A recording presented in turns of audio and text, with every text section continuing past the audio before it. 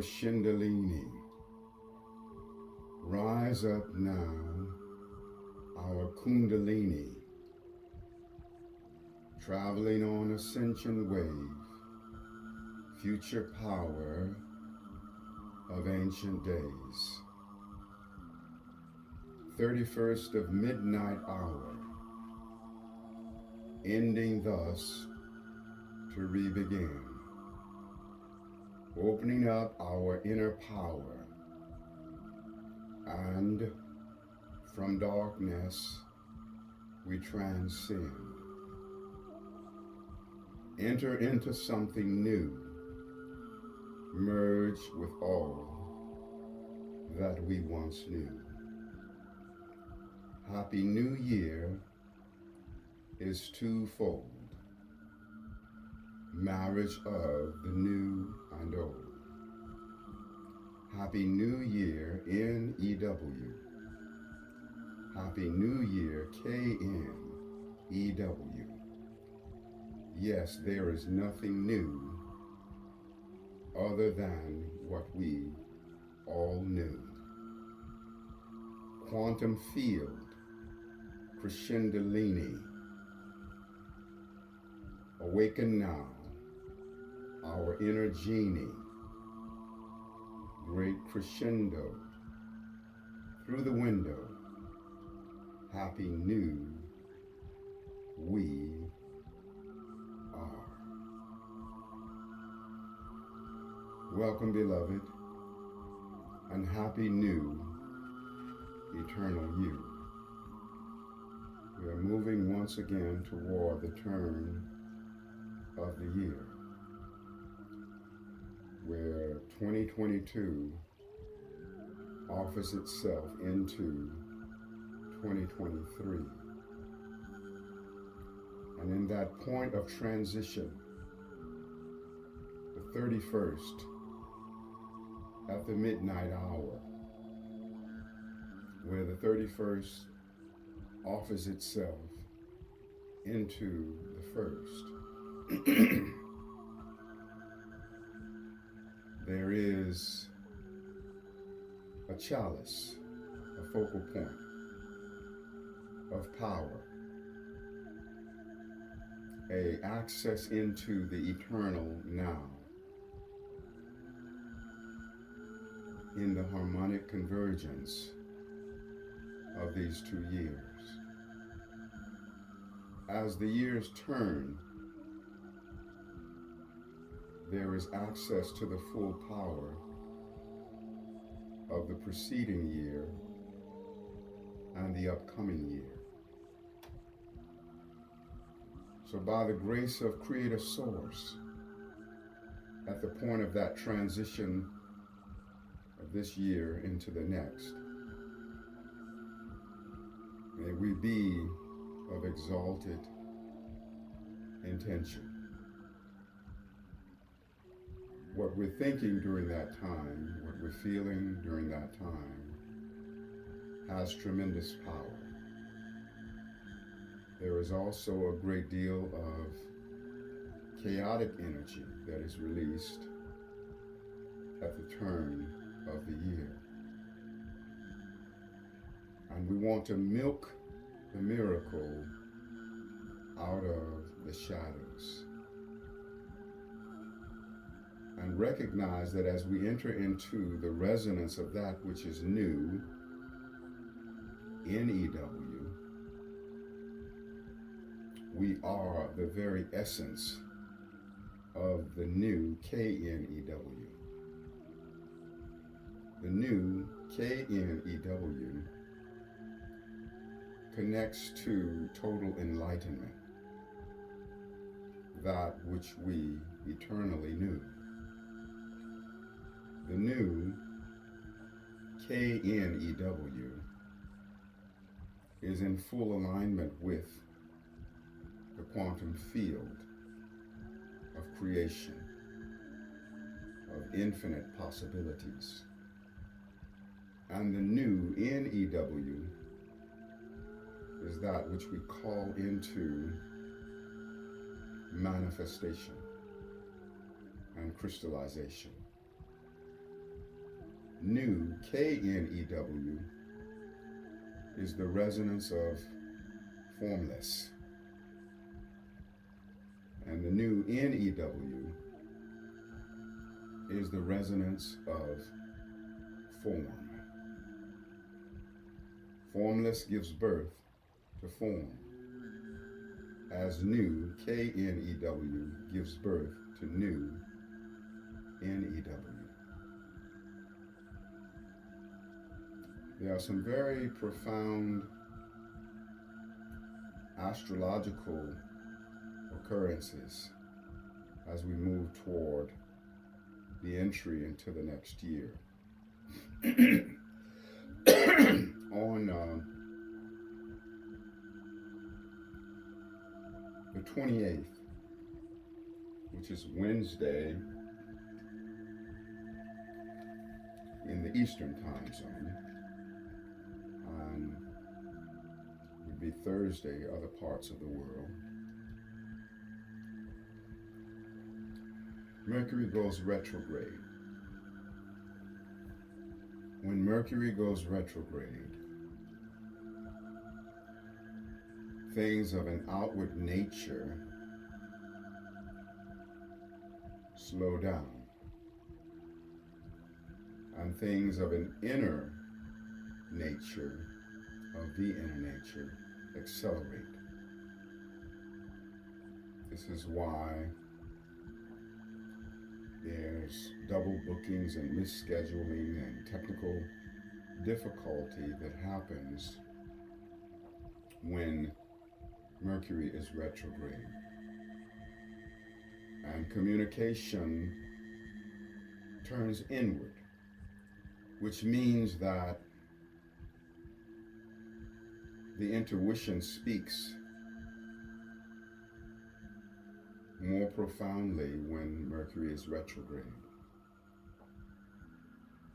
So as Mercury goes retrograde, we want to listen carefully to what the intuition has to say within us.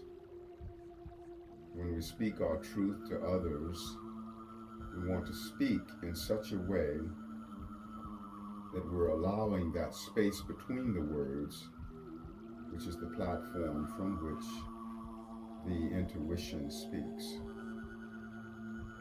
so that the intuition could speak both forward and backward simultaneously. It speaks forward so that when we're speaking to others, it is very likely to activate a greater receptivity on their part. And it speaks backward unto us as we are speaking. And so there is an amplification of faith and confidence in the likelihood of being heard.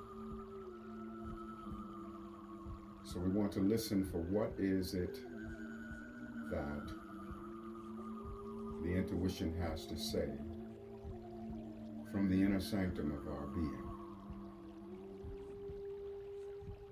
Mercury goes retrograde while being in a conjunction with Venus and a conjunction with Pluto. The conjunction with Venus has to do with communion and communication with the beloved, with those that we're in relationship with on a personal level, business relationships, relationships of all types.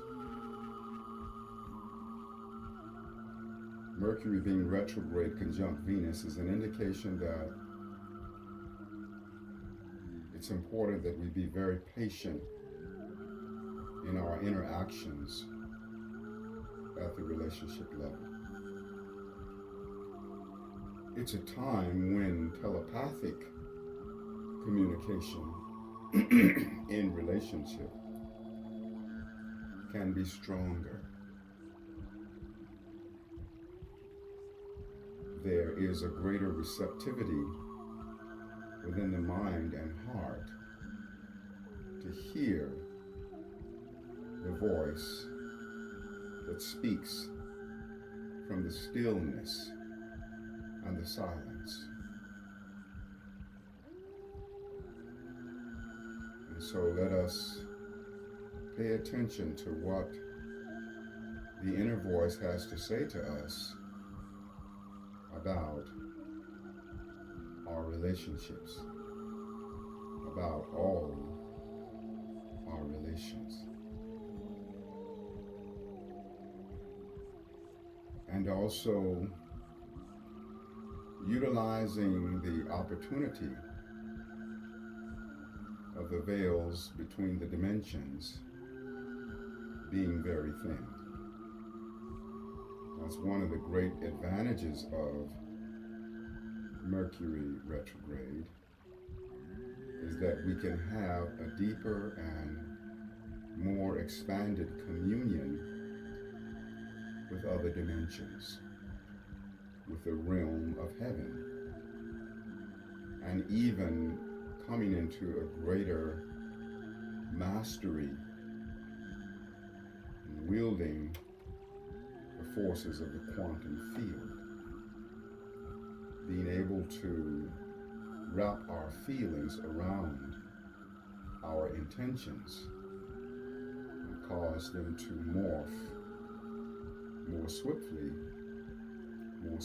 into manifestation. So let us utilize Mercury retrograde as an access code to the inner dimensionality and the other dimensionality. It's an opportunity to take that deep dive into the inner sanctum of our being. Being able to access the deeper wisdom is available through Mercury retrograde. Now, there are many shadow possibilities of Mercury retrograde. I'm not emphasizing them because I am encouraging us to experience Mercury retrograde in a more up-leveled way. But there is the possibility of low-level shadows of confusion, miscommunication, verbal confrontation, feeling verbally shut down, feeling unable to speak the truth. We want to always speak our truth, though, with an understanding that all communications are a dialogue with the whole universe. Even though we might be speaking to one person, it is not exclusive to them, but rather all-inclusive to the universe, because we speak to them and then through them unto the universe and even unto Creator Source. Even when an individual is not ready to receive the truth that we share, there may be 10,000 others in the universe who ripe and ready for that very same truth, that receive it, that are quickened by it, and then we receive the returning royalties for having offered that blessing. So let us rise into a higher level of understanding about our communications. And it's okay to want to be heard, but let us not desperately need to be heard. We don't want the expectation of desperation, but rather the expectation of inspiration. Want to be heard, but don't need to be heard. And when we're speaking from benevolence and authenticity, in due season of eternity, we're always heard. Even that very same person that was in resistance in that moment of our sharing, 10 days down the road, 10 lifetimes down the road, 10 years down the road, they receive it. Expectation of inspiration is a wisdom within us that knows that sometimes the truth that we share is time released. And this is a very important something to understand when Mercury is retrograde. This Mercury retrograde is also conjunct Pluto. So all things that happen at the level of communication will have great intensity. Pluto has to do with all things that are hidden. It's the underworld, so it can be shadows, but it's also connected to that sacred void. It's connected to the alchemy, being able to transform darkness into light, poison into potion, pain into bliss. So again, we need patience on all levels of communication,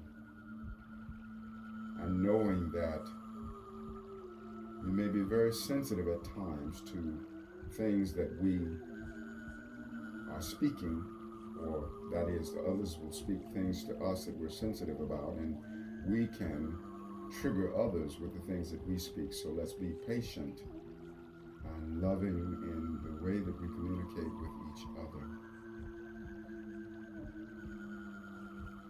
There is also the opportunity to up-level in our powers of forgiveness. One of the strong shadows of Pluto can be resentment, hatred when it's in its deepest shadow. And our greatest healing comes through forgiveness. If we don't forgive the past, we can't trust the present, and we then attract a future untrustworthy and unpleasant. Trust and forgiveness, the sacred twins. Trust brought us to this earth. To heaven, forgiveness ascends. The rage of resentment blocks the lessons we must learn. And the darkest of relationships then constantly return. The weapon of distrust breed the horrors of our pain, and distrustful ones will come to us until we trust again. Forgiveness is the master key, opening the cage to set us free from distrust, misery, pain, and strife from those we feel have wrecked our life. Who can do a thing to us that we ourselves did not create? We place blame outside ourselves, or was it us who wove our fate? The past we reap, the future we sow, the present collects the debts we owe. If we had not the need, there would be no dirty deed, much wisdom to be gained from the center of our pain. Forgiveness is a must, for it teaches us to trust. Suspicion is a hungry beast that rips away our inner peace. Let go now of past resentment toward fallen love of yesterday. If not, our past repeats itself and steals the joy of this great day. If I don't forgive the past, I can't trust the present, and I then attract a future untrustworthy and unpleasant. Forgiving the past, trusting the present, making the future sweet and pleasant. Blessing the darkness, making it right, reversing the tide, and freeing the light.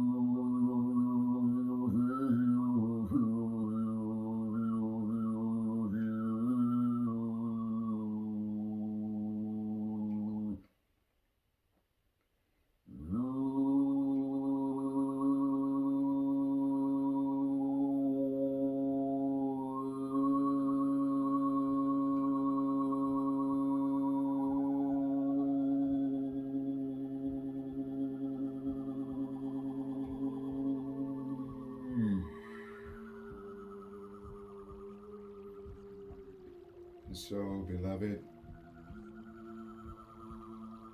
you are worthy of all of the best that the universe has to offer. Remember this and dance in the light of who you really are. And as this year turns into the next, be of sacred prayer and intention for what you are thinking and what you are intending and what you are feeling at the midnight hour of the 31st, entering into the 1st, will have tremendous power. So I invite you and encourage you to be of decisive intention. And to also be aware that everything that you could possibly want already exists as a possibility and even a probability in the quantum womb of creation. And so even when blessings are in their formless state, let us up-level our appreciation for them and not get caught in the human trap of considering only those things which are concrete to be real. And that something is not real until it comes into manifestation. The manifestation is the second stage of reality, and to some extent, we could say the lesser measure of reality, because all things of form have an expiration date.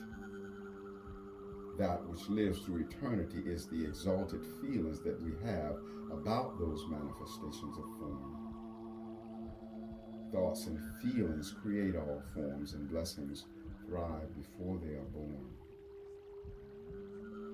So let us be where we're going before we get there, and have exalted feelings about the fulfillment of our desires before those desires crystallize. Being in the highest resonance of desire, which is deity siring, our inner divinity siring something into being.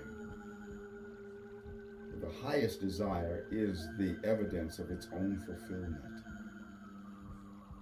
because we feel the joy of the having by virtue of our being at one with it. So we don't have to long for our blessings, because we belong to our blessings, and our blessings belong to us. And so, happy new, eternal you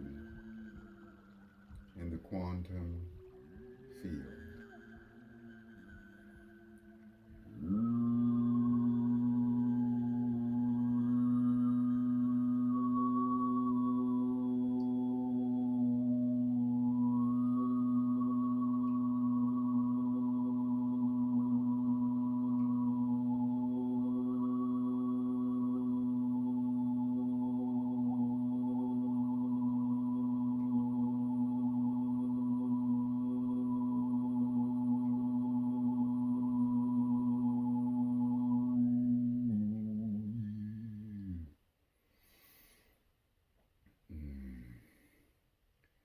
And so it is.